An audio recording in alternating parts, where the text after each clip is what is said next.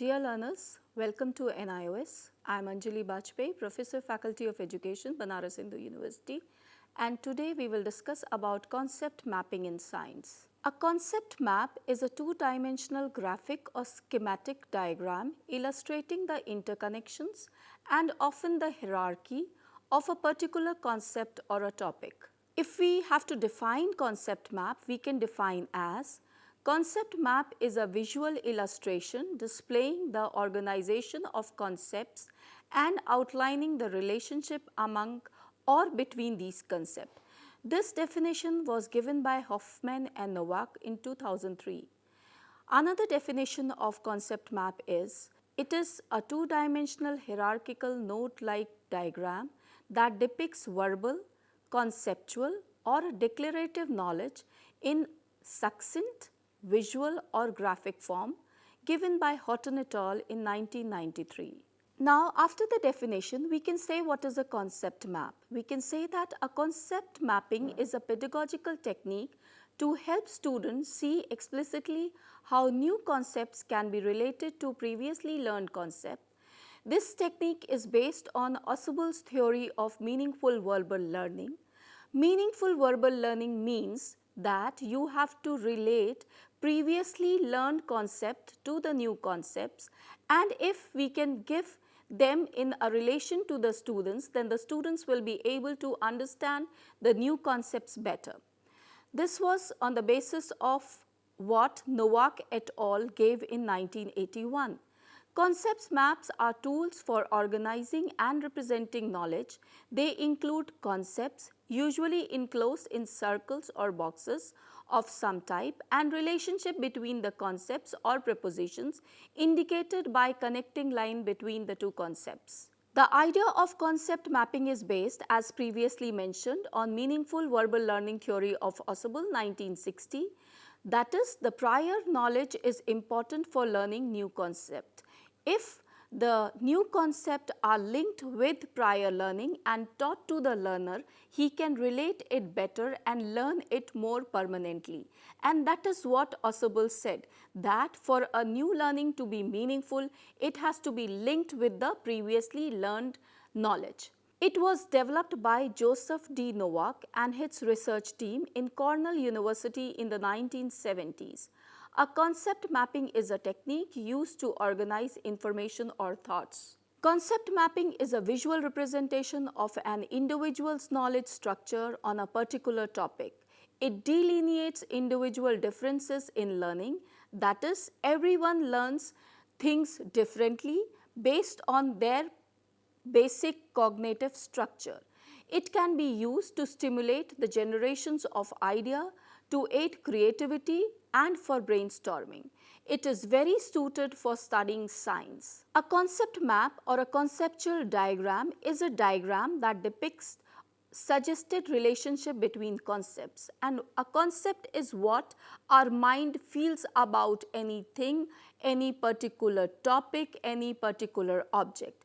A concept map typically represents ideas and information as boxes or circles which it connects with labeled arrowed in a downward, branching or a hierarchical structure. Concept map is a graphic tool used to organize and structure knowledge. If the knowledge is presented in form of concept map, it is better visualized and can be grasped easily. Concept map illustrate patterns and relationship among the concepts. Concept map represents a particular domain of knowledge and how it is arranged hierarchically in a person's mind or a person's brain. Concept maps are based on preposition which link the various concepts, and concept map are highly individualized because every person can have a different concept map for himself or herself. The components of concept map are the oval boxes or the circular boxes which are arranged in a series and linked with lines. These boxes are the nodes of the concept map. Lines represent the relationship between these nodes or the concepts. Labels on the lines describe the nature of relationship which is there between these concepts. Arrowheads indicate the direction of relationship in what we have to proceed. For example, if we have to see a concept map of concept mapping, it can be depicted in the following way. First, we can have the concept map, and then gradually we can say it is a graph which has nodes and linkages.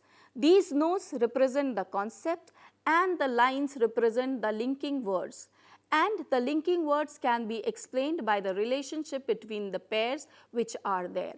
A concept map is a very useful component in classroom teaching learning because it carries out all the three functions of classroom teaching learning. That is, it is a planning tool which maps out what has to be taught or learnt in the class or what instruction has to be given.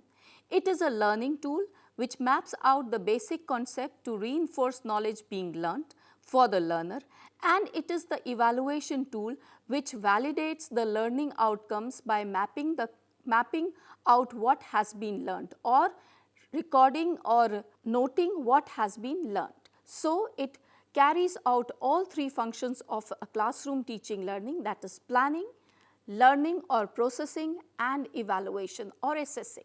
Concept map is usually a non-linear web-like. The main topic are connected to secondary subtopics which in turns are connected to the tertiary subtopics within the diagram. The main topic and the subtopics are then connected by linking words that describe the relationship between the two or three. There can be various types of concept map depending how we present the information or the concept and the linkages between them. The first type can be the spider concept map, hierarchical concept map, flowchart concept map, and system concept map. Now, if we discuss one by one, in the spider concept map, the central theme is in the center and the sub-themes are radiating from that center theme outwardly. This can be another type of spider concept map where we have the center theme and the three radiating sub-themes are there.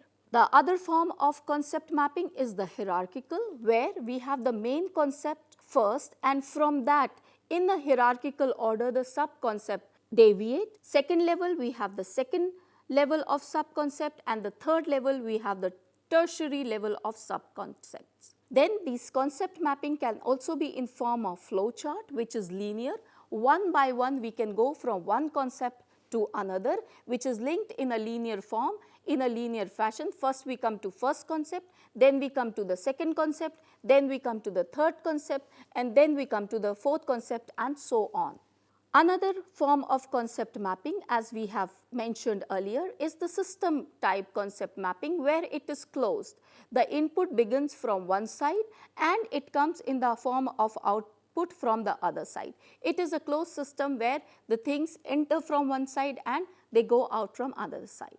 Construction of a concept map has got following steps. First, we have to identify the major concept referred as seed in the concept map. Then these concepts have to be arranged on a paper to form a hierarchy from general to specific, or from the more complex to less complex, or less complex to more complex in a particular manner. Then the links of the concept, including the linking phrases, have to be organized. The connection of the concept to form preposition to show the relationship between two concepts has to be determined. Linking concept is most important aspect of concept mapping. Construction of concept map again requires making cross links between the two concepts in a different vertical segment of a map to understand the relationship. The crosslink represent the relationship between the concepts in different domains of concept mapping, and the results are there for evaluation in the end. The stages of construction of concept mapping require following things. First of all, it is the brainstorming stage, followed by organizing stage, then the layout stage, then the linking stage, then the revising stage, and finally the finalizing stage.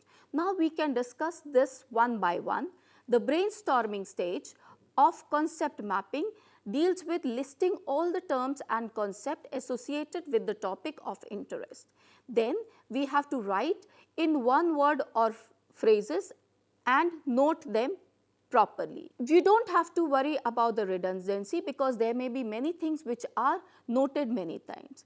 And then we have to generate a possible list of concepts which we are going to discuss. Then is the organizing stage. The concepts have to be spread on the blackboard or the paper wherever you want to express it. Then there has to be a group of the related concept, that is main concepts have to be organized first and then the subgroups have to be arranged. The group items are there to emphasize the hierarchies. Then identify which item is higher and which is lower, and then rearrange the items and if needed introduce new terms and omit the terms which were not required. Then is the layout stage where we arrange the terms based on the interrelationship and connections among the groupings is made. Within the subgrouping, place closely related items are nearer to each other and those which are less related are further to each other. Then these items are connected in form of a simple sentence that shows the relationship between them in between the linking lines. The linkage stage, which comes the next, uses the lines with arrows to connect the items. Then we have to write a word which shows the linkages between these groups or stages. Write a word or a short phrase for each arrow to specify the relationship.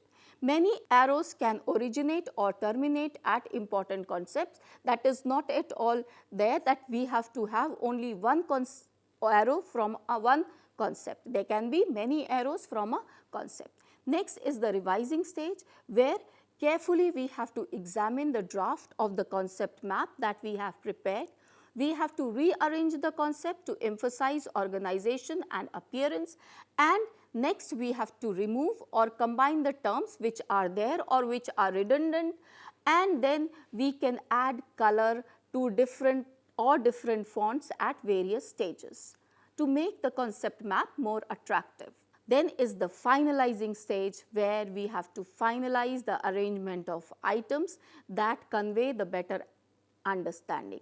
We can be creative by using different colors, different fonts and different shapes. That makes the concept map more attractive in the final stage to be presented to the learner.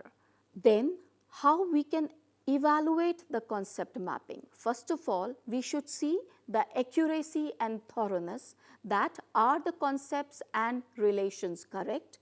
Are the important concepts missing? If they are missing, how they have to be incorporated?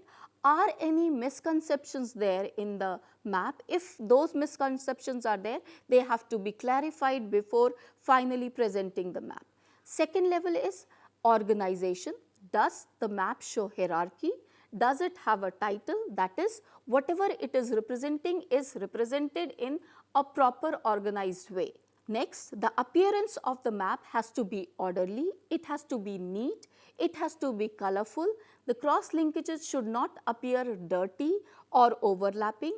Does the map show meaningful connection? It is very important because it is in that flow we will let the learner know how things are relative. And last, the map should be creative, that is, it should effectively communicate the concept and stimulate interest. For that, as already mentioned, we can use various colors, we can use various fonts, we can use various designs. The educational benefits of concept map are: it is an instructional tool, that is, we can give instruction by using the concept map. It is a very good assessment tool. We can leave blanks at certain places and ask the student to fill it, and at one glance we can know whether the student has understood the concept or not. It is a mind tool for critical thinking because, as already said, in our mind the things are arranged in a hierarchy and the concept map helps us in relating to that hierarchy. The curriculum organization, or it acts as a good guide in teaching learning because it helps us to know what concepts of the curriculum are to be taught first and what have to be taught later on. It is a very good tool for promoting meaningful verbal learning as it is based on the concepts of Ausubel's verbal learning, which means that if we can link the previously learned knowledge to the new knowledge is always meaningful to the learner. It generates basic ideas, new ideas by means of brainstorming, and last but not the least, it also helps us to enhance metacognition. That is, to know how to learn or to know how to read. That is, metacognition is enhanced by concept learning. Metacognition is knowing about how to know or learning to know how to learn. So, it helps in metacognition.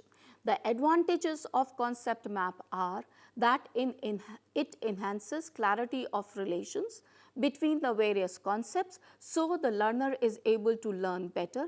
It improves clarity of thoughts because things are arranged in a systematic manner, and our mind has that power to relate to the things which are arranged systematically in a hierarchical order. It helps to assimilate more information because if new information is linked to the previously learnt information, it is obviously and generally more meaningful. It helps us to achieve deeper understanding, or the learner is able to see the relationship between the various concepts and understand how they can be explained or interpreted.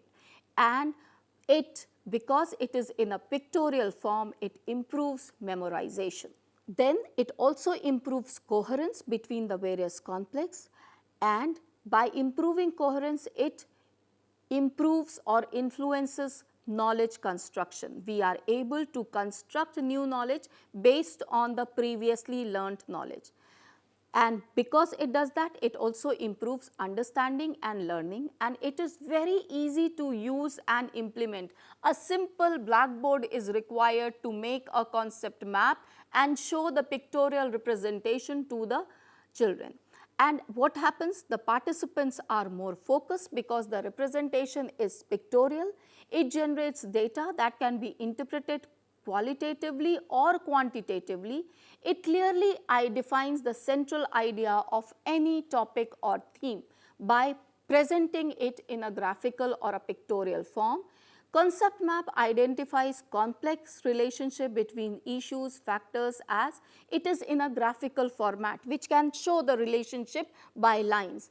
It is replicated easily and is reliable. We can copy a concept map, the student can copy it, or we can show a picture of it to anyone, and that is also very useful. And by concept mapping, we can, since the children are drawing it, they are actively involved in the process of learning. So, it promotes active participation. The disadvantages of concept map is that if it is not properly developed, then it can lead to lot of misconception in learning a concept. That is, in the absence of a structural approach, it becomes messy and hard to read.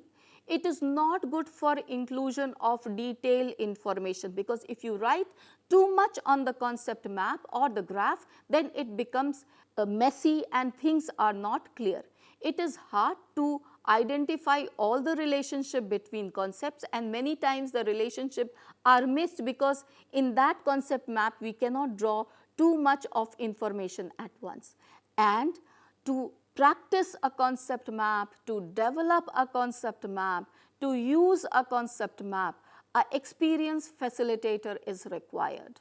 If again, just to summarize, if we have to draw a concept map, again we can say we can use the circles or the rectangles to write the main concept, like we have written here: concept map, graph, nodes, concept, linking lines and linking words. These are linked with various lines like with, related, pair, explain relationship, and by this we can see the whole concept map, how it can be used to explain any concept of any subject. And in case of science, we can see that concept map can be used to show a simple concept like the plant. For example, a plant can be divided into two parts. If this we have to explain by the concept map, how we will do it? First of all, see What I have written, a plant can be divided into two parts, the underground root system and the above ground shoot system. The root system absorbs water and mineral salts from the soil. The shoot system provides space for stem, leaf, flower, fruit, etc. Stem transfers food and water, minerals. Leaf makes food by photosynthesis, flower help in reproduction, and fruit have the seed. Now, if this example I have to present by means of a concept map, what I have done, I have made the important concept as bold: the plant, root system, shoot system, absorb water, stem, leaf, flower, transfer of food and water, photosynthesis, reproduction, and fruits have seed. The word which have to be put in the oval or the rectangle of the concept map have been put in bold. For example, you can see that the words like plant, underground part is the root system. The function of the root system is to absorb water and minerals. Then the above ground part is the shoot system, which has got stem, leaf, flower and fruit. The function of different plants have been shown. The stem supports leaves, flower and fruits and transfer water and mineral. Leaves help in photosynthesis, therefore help in making food. Flower have the reproductive organs and protected, therefore it helps in reproduction, and fruit protects the seeds which give birth to the new plant. This whole thing can be explained by means of a concept map like this. The linkages can be drawn by the lines and the hierarchy can be shown by placing the things in a hierarchical order.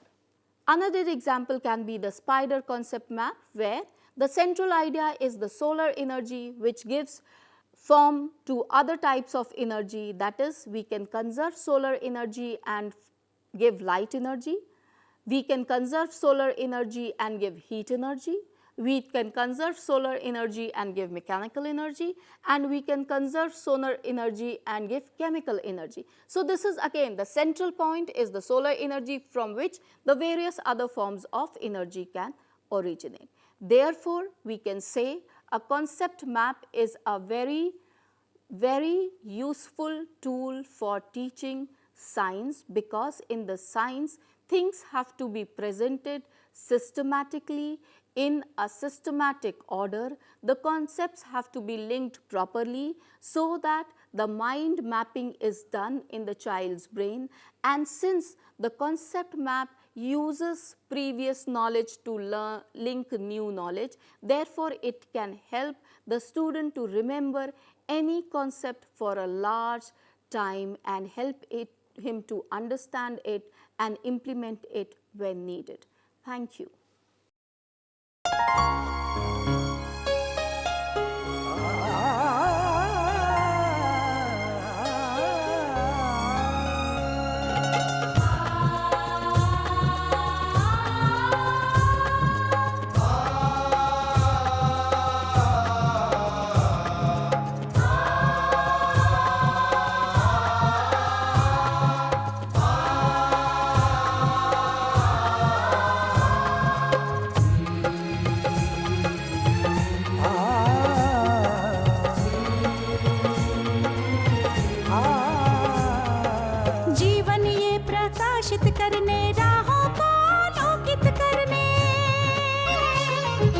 जीवन ये प्रकाशित करने राहों को आलोकित करने, हम अपना दीपक स्वयं बने, हम अपना रास्ता स्वयं चुने।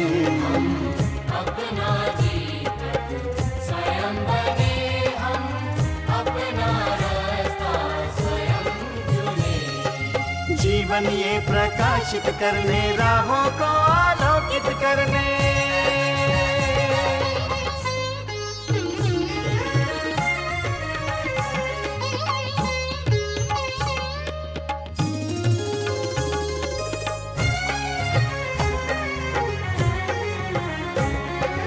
धन साधन समय की सीमा से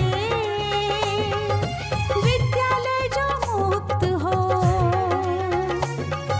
धन साधन समय की सीमा से विद्यालय जो मुक्त हो। कभी पढ़े हम कहीं पढ़े वे विषय के लोच से युक्त हो। कभी पढ़े हम नहीं पढ़े, वह विषय की रोच से युक्त हो। मित्रों हम उठे और जागे, मंजिल आने की ध्वनि सुने हम, अपना दीपक स्वयं बने हम, अपना रास्ता स्वयं चुने। जीवन ये प्रकाशित करने, राहों को आलोकित करने।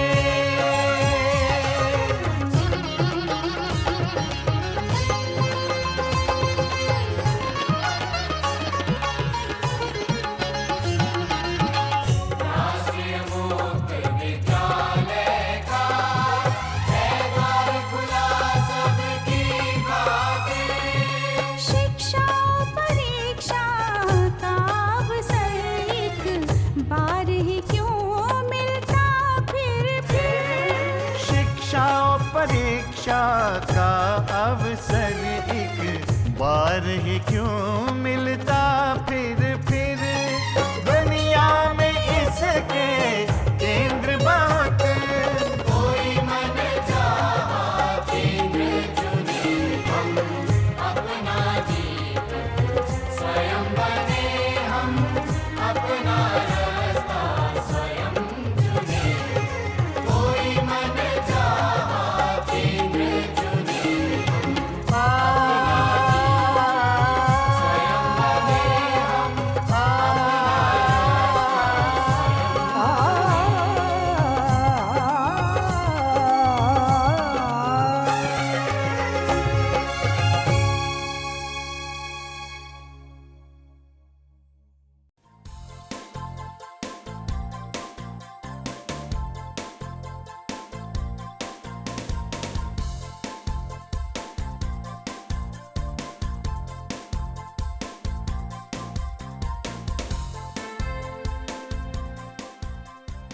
घर बैठे पाएं राष्ट्रीय मुक्त विद्यालय शिक्षा संस्थान यानी NIOS में एडमिशन, वो भी एकदम आसान तरीके से, जिससे शिक्षार्थियों को होगी समय और धन दोनों की बचत।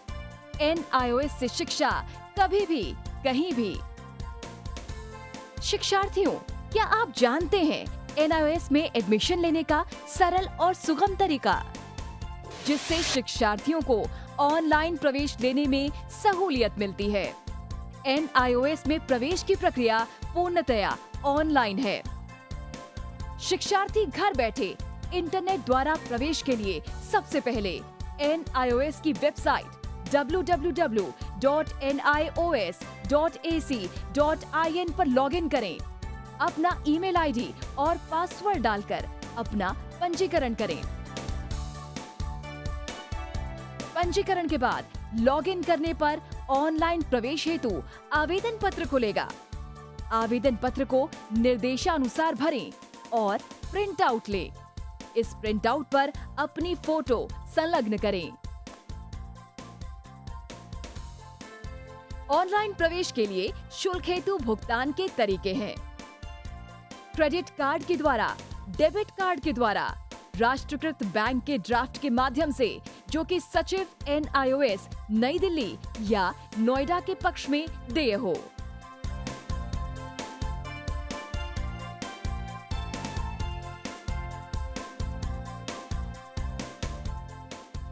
भरे हुए आवेदन पत्र के साथ साथ डिमांड ड्राफ्ट और संलग्न किए जाने वाले दस्तावेज हैं: जन्म रजिस्ट्रार के जिला कार्यालय से जारी जन्म प्रमाण पत्र की सत्यापित प्रति, जिसमें जन्म तिथि अंकित हो, पिछले विद्यालय से प्राप्त विद्यालय छोड़ने का प्रमाण पत्र, जिसमें आवेदक की जन्म तिथि लिखी हो। प्रवेश फॉर्म का प्रिंट आउट NIOS के संबद्ध क्षेत्रीय केंद्रों पर 10 दिनों में पहुंच जाना चाहिए, अन्यथा उचित दस्तावेज न लगे होने पर आवेदन फॉर्म रद्द किया जा सकता है। प्रवेश प्रक्रिया की पुष्टि होने के बाद शिक्षार्थियों को परिचय पत्र व अध्ययन सामग्री डाक द्वारा तुरंत पहुंचाई जाती है। ऑनलाइन प्रवेश एक बहुत ही सुगम और सुविधाजनक प्रवेश प्रणाली है। Online on time for safe and secure admission.